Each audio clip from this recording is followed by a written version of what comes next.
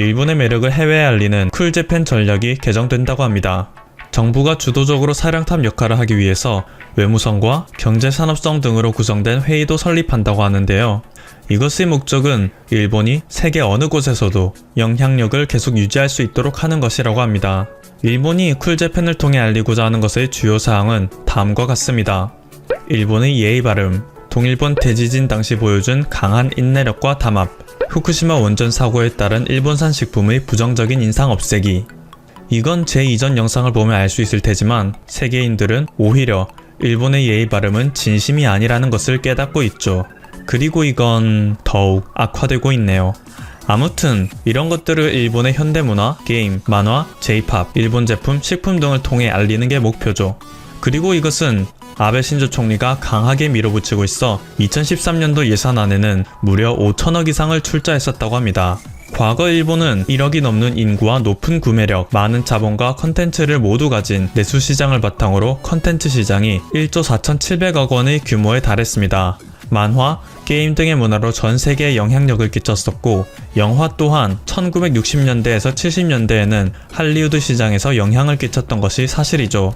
그때 당시 일본은 세계적으로 국력이 강한 나라였고 아시아에서는 사실상 유일한 대중문화 생산지였기 때문인데요. 지금처럼 인터넷이 발달하지 않아 사람들이 많은 정보를 공유할 수 없어서 서구권에서는 일본으로 대표되는 아시아에 대한 동경이 있었고 아시아 안에서 또한 강대국인 일본에 대한 동경이 있었어요. 또한 일본의 컨텐츠는 1억 명이라는 내수 시장 속에서 치열하게 경쟁을 하여 퀄리티가 상승됐고 강력한 일본의 국력에 비해 상대적으로 문화력이 약했던 타국에 일본의 문화는 자연스레 스며들었습니다. 하지만 일본의 문화는 1990년대 버블 붕괴로 인해 쇠퇴하기 시작했고 2000년대부터 급부상한 한류에 밀리기 시작합니다. 한국은 정부 차원에서 홍보 자료를 만들어서 해외에 제공한다. 한류는 한국 정부가 돈을 뿌려서 만들어낸 억지 현상이다. 한류가 현재 아시아뿐만 아니라 서구권을 휩쓸고 있으니 수십 년 전 개발도상국이었던 한국을 깔보고 있던 일본 입장에서는 이해가 안 되는 거죠. 그래서 한국의 제품과 대중문화 콘텐츠가 세계 시장에서 일본을 제치고 승승장구하는 이유를 그저 한국 정부의 날조와 물량 공세에 따른 결과라고 정신승리하는 것입니다. 한국의 정부가 세금으로 한류를 부흥시키고 있다는 이상한 망상인 거죠. 그리고 그것을 검증해볼 생각은 전혀 하지 않고 벤치마킹하여 정부 주도하에 일본 문화를 퍼뜨려야 한다는 쿨재팬 정책을 만들기에 이릅니다. 그런데 이러한 쿨재팬의 결과가 영 좋지 않게 나오자 쿨재팬은 왜 미움받는 것인가 라는 서적까지 나오고 주변국들이 질투심과 피해의식으로 일본을 배척한다는 망상에 빠지게 됩니다. 일본은 지금 아시아에서 독보적인 선진국도 아니고 유일한 문화 생산지도 아닙니다. 게다가 일본의 대중문화는 지금 세계적 트렌드와 동떨어져 자신들만의 갈라파고스를 만들고 있습니다. 만화의 경우에도 옛날에는 뛰어난 작화와 참신한 스토리 등으로 찬사를 받았지만 언제부터인가 심각하게 모해 취향의 오타쿠들을 겨냥한 컨텐츠들만 양산되고 있어 관심이 없는 사람들에게는 오히려 심각한 거부감을 유발하고 있고 내수시장에서도 철저히 외면받고 있습니다. 이렇게 상황이 나아질 기미가 보이지 않자 일본 내에서는 AV를 쿨재팬의 주력 컨텐츠로 내세워야 하나? 라는 씁쓸한 이야기도 나오고 있는데요. 이게 농담이라고 보기 어려운 것이 이미 전 세계에서 일본의 AV는 굉장히 유명하고 쿨재팬이 우선적으로 성행시키려고 한 해외 시장인 동남아시아에서도 일본의 19금 망가가 굉장히 큰 영향력을 끼치고 있죠. 정작 일본이 정복하기를 원하는 동남아의 음악, 영화, 방송, 패션 트렌드는 한류와 서구권이 꽉 잡고 있는 실정인데 말이에요. 그리고 한국의 드라마가 동남아 시장에서 부흥하게 된 것은 불법 유통으로부터 시작해서 유명해진 영향이 큽니다. 하지만 일본에서는 불법 배포 등 저작권 침해 행위를 적극적으로 때려잡아야 한다라며 눈앞의 수익에만 급급해서 확산을 저지하고 있는 상황이죠. 불법 배포가 성행하는 근본적 이유는 번역본이 없기 때문인데 해외 번역을 지원하겠다라는 정책은 전혀 보이지 않고 불법 배포를 하는 나라는 윤리의식이 낮다 라며 비난이나 하고 앉아있는 겁니다. 애초에 불법물을 통해서라도 소비하고자 하는 사람들은 그것에 애정을 갖고 있는 사람들인데 일본에서는 그 팬들을 스스로 내쫓고 있는 셈이죠. 이것에 더해 관료주의에 빠진 일본의 관료들은 작가들에게 무상으로 홍보 자료를 만들게 하는 등 권위적인 강제노동을 시키려는 계획을 지속적으로 만들고 있습니다. 한 일본 일러스트레이터에 따르면 쿨재팬 홍보 자료에 당신의 그림을 넣어줄 테니까 50만원을 지불해라 라는 이야기를 들은 적도 있다고 하죠. 결과적으로 쿨재팬 사업은 2017년에 밝혀진 것만 해도 440억의 적자가 났고 지금까지도 지속적으로 적자를 내고 있습니다. 득효성이 높다는 점에서 국민의 구매력 평가가 높은 EU 국가들과 대만, 홍콩에 꼭 힘을 실어주길 바라. 단순히 내의 손님이 증가해도 객단가가 낮으면 시끄럽기만 하고 경제 효과는 희박하니까. 말레이시아, 인도도 부유층이 증가하고 있고 중장기적으로 기대가 가능하니까 힘을 써야 해. 중국과 한국은 경기와 정치에 좌우되니까 위험 분산의 의미에서 비중을 낮추는 것이 현명해. 손님을 걸러서 받는 것에서부터 너희는 이미 글렀다. 일본이 강제징용 판결 관련 한국 법원의 일본 자산 현금화가 임박해지자 또 2차 경제보복을 하겠다고 난리를 치고 있습니다. 그런데 한편에서는 이런 최악의 한일 관계인데도 코로나 관련해서는 한국의 협조, 나아가서는 도움을 원하는 분위기도 있는 등 한국과 어쩌자는 것인지 완전히 유체이탈한 듯한 행동을 하고 있습니다. 일본이 이런 정신없는 모습을 보이는 이유는 현재 크게 혼란한 상황이기 때문이고 그 때문에 앞으로 한국은 더 대비를 해야 할 것 같습니다. 일본 자산 매각 진행 상황을 살펴보겠습니다. 한국 대법원은 2018년 징용 피해자 4명에게 일본제철, 옛 신일철 죽음에게 1억 원씩을 배상하라는 판결을 확정했었습니다. 그런데 일본 정부에서 기업에 절대로 배상하지 말라고 하자 작년 한국 법원은 일본 기업의 주식을 압류, 매각 절차를 시작하였는데 일본 정부는 법원 결정문을 피고인 일본제철에 송달하길 거부하고 있었습니다. 이에 포항지원은 지난 6월 1일 공시 송달 절차를 시작해 그 효력이 8월 4일 발생하게 되어 압류된 재산을 처분해 현금화하기 위한 후속 절차를 밟을 수 있게 된 상황입니다. 이제 25일 기준 자산 매각 시작이 11일 앞으로 다가오자 교도통신은 일본 정부가 실제 보복 조치를 하겠다는 움직임을 보인다는 보도를 하였습니다. 교도통신에 따르면 보복 조치로는 우선 한국인에 대한 관광 목적 등의 단기 비자 면제를 중단하고 각종 비자 취득 조건을 까다롭게 하는 것이고 주한 일본 대사를 본국으로 불러들이는 방안도 검토 중이라는 것입니다. 그런데 이 보복 조치들이 실효성이 있을까요? 이미 코로나 사태로 현재 한국에서의 입국도 금지시켰고 언제 끝날지도 모르는 데다가 한일 관계는 최악의 상태여서 수출입 규제, WTO, G7 문제 등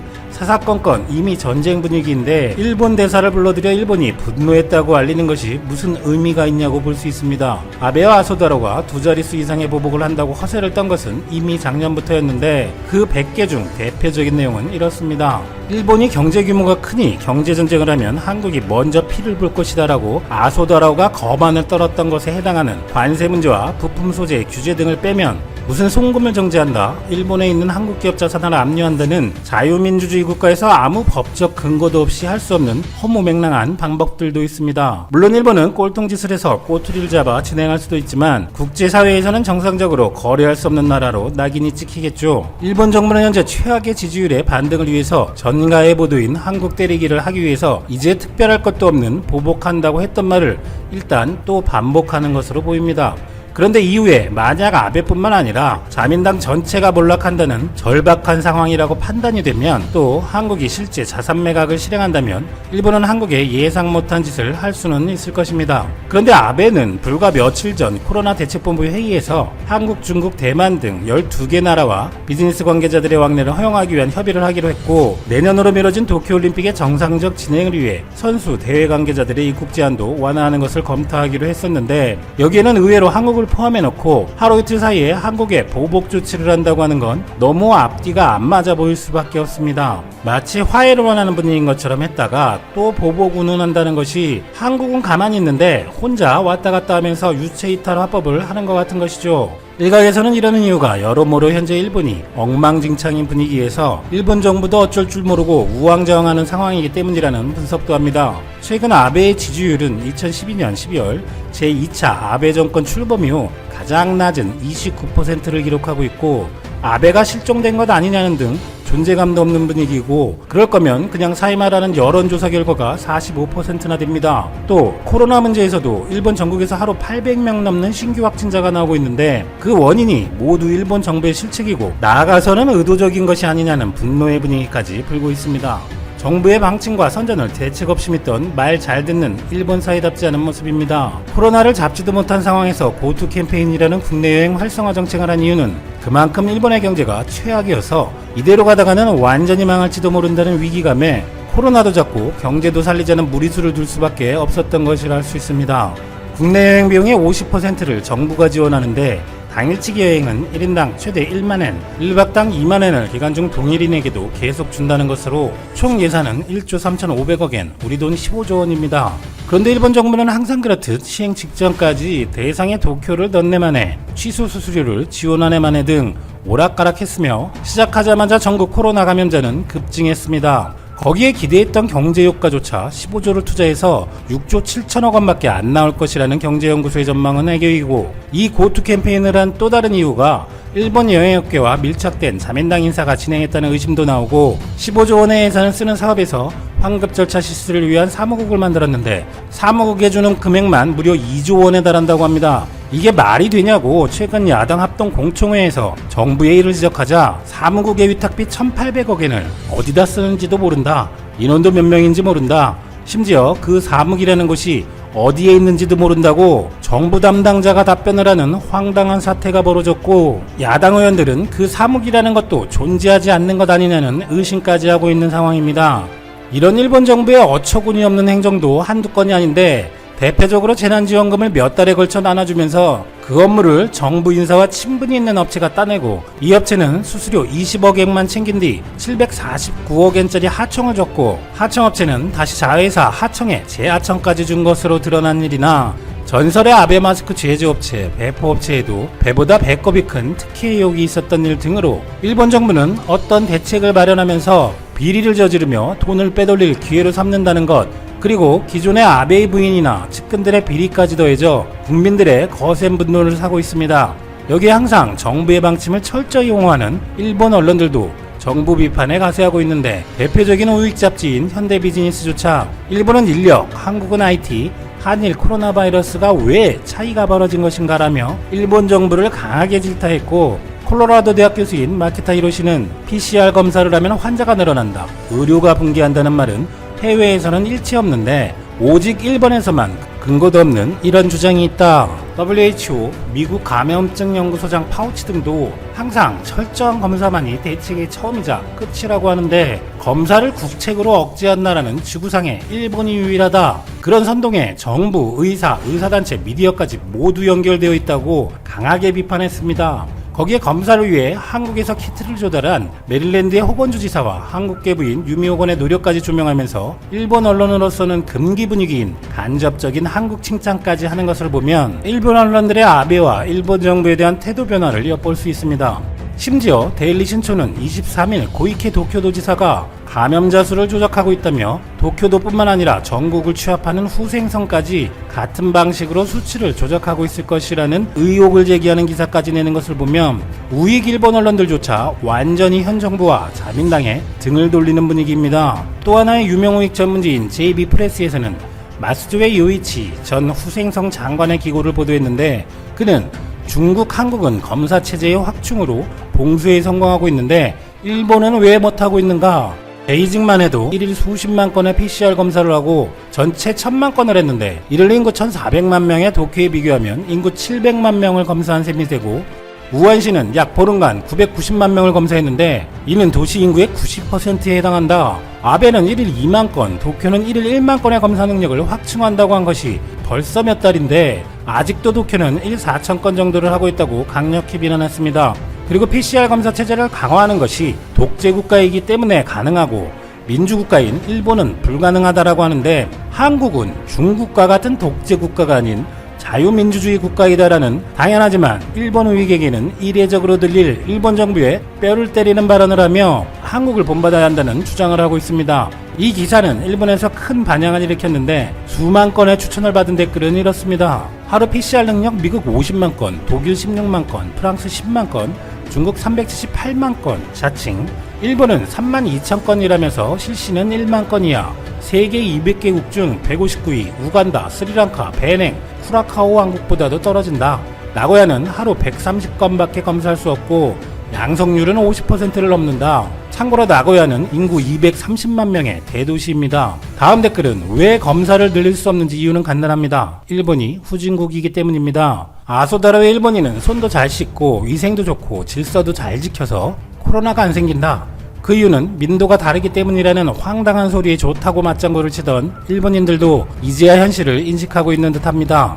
한편 이런 최악의 일본 정부의 지지율 상황을 반전시킬 카드로는 한국 때리기 말고 취소되는 올림픽이나마 내년에 잘 치러서 반전이 일어나는 것입니다. 이 판국의 일본에서는 올림픽이 취소되지 않았으면 개막식이 열렸을 7월 24일 기죽지 말고 함께 새로운 일본을 시작하자며 내년 올림픽 개최를 기원하는 메시지 등이 담긴 불꽃 구슬을 발사하는 등 일본 전국 162개소에서 불꽃쇼를 관변단체에서 진행한 것을 보면 올림픽에 대한 미련과 염원은 큰 것 같습니다. 그러나 NHK 여론조사 결과 일본 국민들의 66%는 내년 올림픽은 취소하거나 연기해야 한다고 답했고 개최해야 한다는 응답은 26%밖에 안 되어 국민들은 이제 현실을 알아가고 있는 것으로 보입니다. 그리고 내년 올림픽이 개최된다면 선수와 관계자, 관객에 대한 PCR 검사만으로 2천억엔 우리 돈 2조 2천억이 넘게 든다며 올림픽 개최는 황당무계한 것이라는 기사도 화제를 끌었습니다. 사전계획상 출전 선수만 15,490명, 대회 관계자 35만 명만 해도 1인당 20만 원이 넘는 일본의 PCR 비용을 대입하면 천억에 육박하고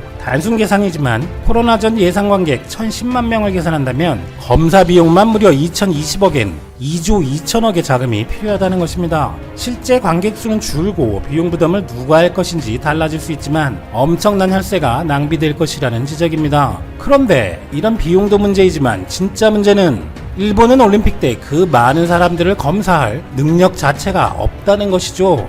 우선 일본의 검사 능력 자체가 의심을 받게 된다면 세계 각국은 대거 보이콧을 할 것은 확실합니다. 항상 일본 올림픽 취소론의 선두에서는 영국 BBC는 24일 백신이 나온다 해도 바이러스가 근절되는 것도 아니고 발병이 절반 정도 줄 뿐이라며 도쿄올림픽에 회의적 보도를 했고 IOC의 딕파운드 위원 역시 21년이 마지막 기회이고 그 이상 일본이 공을 떨어뜨리지 않는 걸 기대하는 것은 무리이다라며 재반 여건이 안 되면 취소해야 한다는 의미의 발언을 한 바 있습니다. 무관중 개최는 일본도 얻을 것이 적으니 할 필요가 없고 IOC 위원장 역시 무관중은 원하지 않는다고 밝혔습니다.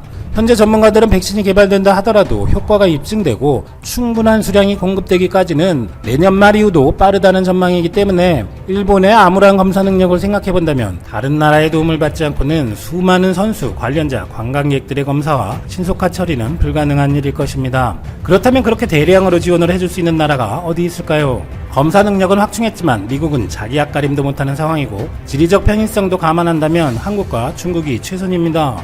중국은 감염자 수치 발표에는 의심이 가지만 정황을 보면 대량의 검사 능력이 있는 것은 확실하죠. 하지만 최근 미중 관계 악화 시 일본은 완전히 미국 편에 붙고 또 그걸 노골적으로 표현해서 중국에서도 일본에 붕괴하는 반응을 보인 바 있고 미중의 대결이 쉽게 끝날 것이 아니기 때문에 일본의 중국과의 관계 개선도 어려울 것입니다. 그리고 재미있는 예상을 해본다면 2021년 7월 일본이 PCR 검사 능력이 없어서 올림픽 개최에 문제가 생기고 그 후 불과 몇 개월 후에 2022년 베이징 동계올림픽이 열리는데 중국은 상대적으로 문제없이 대회를 진행시킬 수도 있습니다. 그때는 정말 일본의 국제사회에서의 위신은 땅에 추락하고 완전히 후진국 수준이라는 민낯이 드러나게 될 것입니다.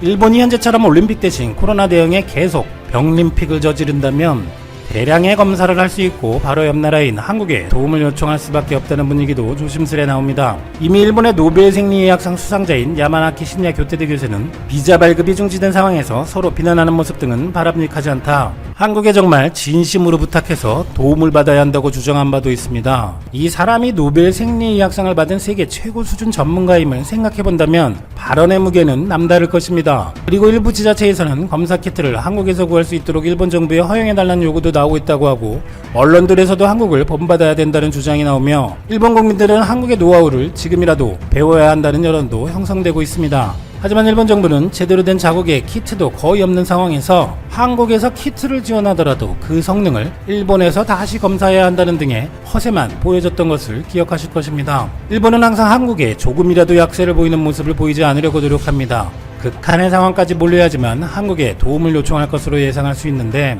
현재 일본 상황을 보면 그 극한이 다가오는 게 아닌가 하는 생각이 들게 합니다. 일본은 코로나를 해결할 능력도 없고 이를 개선하지도 못하고 은폐한 결과 최악의 상황으로 빠져들어가고 있고, 또 모든 문제의 원흉인 아베와 자민당도 추락하며 리더십이 실종되고 우왕좌왕하며 정신을 못 차리고 있습니다. 한국과 다방면에서 크게 마찰을 일으키는 중에 출입국 개방을 협조하자라고 태도 변화를 보이는 듯 하다가 또 경제 보복을 하겠다는 둥 왔다 갔다 하고 있는 것이죠. 그런데 우리가 몇 달간 보아왔듯이 저런 일본인들의 후진적 행태와 대처 능력도 쉽게 바뀌지 않을 것이기 때문에 코로나로 인해 정치, 경제, 사회 전반적으로 더 큰 일이 벌어질 수 있다는 우려가 나오기 시작하고 있습니다. 극한에 다다른 일본이 또 한국에 어떤 모습을 보일지 조심해야 됩니다.